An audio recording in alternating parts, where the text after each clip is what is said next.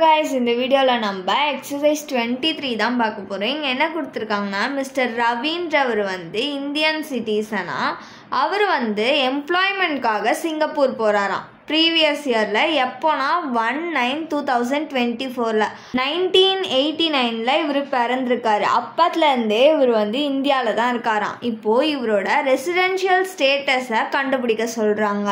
கொஷின்ல என்ன கொடுத்துருந்தாங்க, 1/9/2024ல அவர் இந்தியா விட்டு போறாரு எம்ப்ளாய்மெண்ட்காக ஒருத்தர் வந்து இந்தியா விட்டு வெளிநாட்டுக்கு போறாங்கன்னா அவங்க வந்து பேசிக் கண்டிஷன் 2 இருக்குல்ல நம்மளுக்கு, அந்த 2 கண்டிஷனையுமே அவங்க வந்து சாட்டிஸ்ஃபை பண்ணணும். அப்பதான் அவங்க ரெசிடென்ட். அப்படி ஒரு கண்டிஷனை சாட்டிஸ்ஃபை பண்ணிட்டு இன்னொரு கண்டிஷனை சாட்டிஸ்ஃபை பண்ணலன்னா அவங்க வந்து நான் ரெசிடென்ட். நம்மளோட அசஸ்மெண்ட் இயர் வந்து April 1, 2025ல இருந்து March 31, 2026 வரைக்கும். ப்ரீவியஸ் இயர் வந்து April 1, 2024ல இருந்து March 31, 2025 வரைக்கும். நம்மளோட ஃபர்ஸ்ட் பேசிக் கண்டிஷன் என்னது, 182 டேஸ் வந்து ப்ரீவியஸ் இயர்ல அவங்க இந்தியாவில் ஸ்டே பண்ணியிருக்கணுமா, ஸ்டே பண்ணியிருக்காரான்னு பார்க்கலாமா. கொஷின்ல என்ன கொடுத்துருந்தாங்க, இது மாதிரி அவர் பிறந்ததுல இருந்தே அவர் வந்து இந்தியாவில தான் இருக்காராம். அவர் ஃபர்ஸ்ட் டைம் எப்போ இந்தியா விட்டு போறாருன்னா September 1 அன்னைக்கு தான் வந்து இந்தியா விட்டு போறாரு. அப்போ April 1ல இருந்து September 1 வரைக்கும் அவர் இந்தியாவில தான் ஸ்டே பண்ணியிருக்காரு. டேஸை கால்குலேட் பண்ணலாம். ஏப்ரல்ல நம்மளுக்கு மொத்தமா 30 டேஸ் பிளஸ் மேல 31 டேஸ் பிளஸ் ஜூன்ல 30 டேஸ் பிளஸ் ஜூலைல 31 டேஸ் பிளஸ் ஆகஸ்ட்ல 31 டேஸ் செப்டம்பர்ல எத்தனை டேஸ், 1 டே மட்டும்தான் இங்க இருக்காரு. ஸோ செப்டம்பர்ல 1 டே. இப்போ நம்ம இது எல்லாத்தையும் ஆட் பண்ணோம்னா நம்மளுக்கு 154 டேஸ் கிடைக்கும். ஃபர்ஸ்ட் பேசிக் கண்டிஷன் படி அவர் 182 டேஸ் ஸ்டே பண்ணணுமா ப்ரீவியஸ் இயர்ல, ஆனால் இவர் 154 டேஸ் தான் வந்து ஸ்டே பண்ணியிருக்காரு. அப்போ இவர் ஃபர்ஸ்ட் பேசிக் கண்டிஷனை சாட்டிஸ்ஃபை பண்ணலை. இதை நம்ம வேர்டிங்ஸ்ல எழுதிக்கலாம்.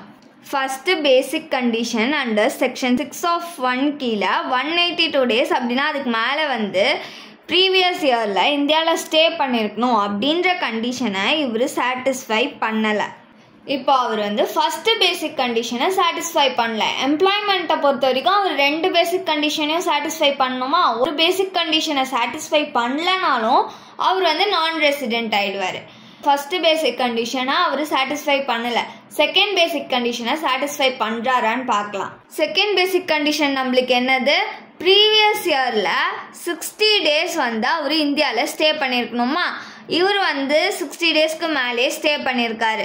அப்புறம் என்னது, ஃபார் ப்ரிசீடிங் ப்ரீவியஸ் இயர்ல 365 டேஸ் ஸ்டே பண்ணியிருக்கணுமா. April 1, 2020ல இருந்து March 31, 2024 வரைக்கும் தான் நம்மளுக்கு ஃபார் ப்ரிசீடிங் ப்ரீவியஸ் இயர். அவர் ஃபர்ஸ்ட் டைமே எப்போ இந்தியா விட்டு போறாருன்னா September 1 அப்போ தான் போறாரு. ஸோ இங்கே வந்து நம்மளுக்கு இயர் March 31 முடியுது. அப்போது இந்த ஃபார் ப்ரிசீடிங் ப்ரீவியஸ் இயர் ஃபுல்லாவுமே அவர் வந்து இந்தியாவில் தான் ஸ்டே பண்ணியிருக்காரு. அப்போது 365 டேஸ்க்கு மேலே ஸ்டே பண்ணியிருக்காரு. செகண்ட் பேசிக் கண்டிஷனை இவர் வந்து சாட்டிஸ்ஃபை பண்ணிட்டாரு. இதை நம்ம வேர்டிங்ஸில் எழுதிக்கலாம். வந்து இந்தியா விட்டு 1/9/2024க்கு முன்னாடி வரைக்கும் அவர் எங்கேயுமே போனதில்லை. Second basic condition under section 6 of 1 கீழே ப்ரீவியஸ் இயரில் 60 டேஸ் ஸ்டே பண்ணியிருக்கணும். அதுக்கப்புறமா ஃபார் ப்ரிசீடிங் ப்ரீவியஸ் இயரில் 365 டேஸ் வந்து இந்தியாவில் ஸ்டே பண்ணியிருக்கணும் அப்படின்ற கண்டிஷனை இவர் சாட்டிஸ்ஃபை பண்ணிட்டாரு.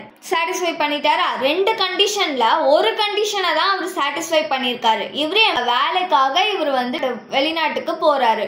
அப்போது இவர் ஒரு பேசிக் கண்டிஷனை சாட்டிஸ்ஃபை பண்ணலனாலும் இவர் வந்து நான் ரெசிடென்ட். அதனால மிஸ்டர் ரவீந்திரவர் வந்து நான் ரெசிடென்ட் 2025 to 26 அசஸ்மெண்ட் இயருக்கு. தேங்க்ஸ் ஃபார் வாட்சிங்.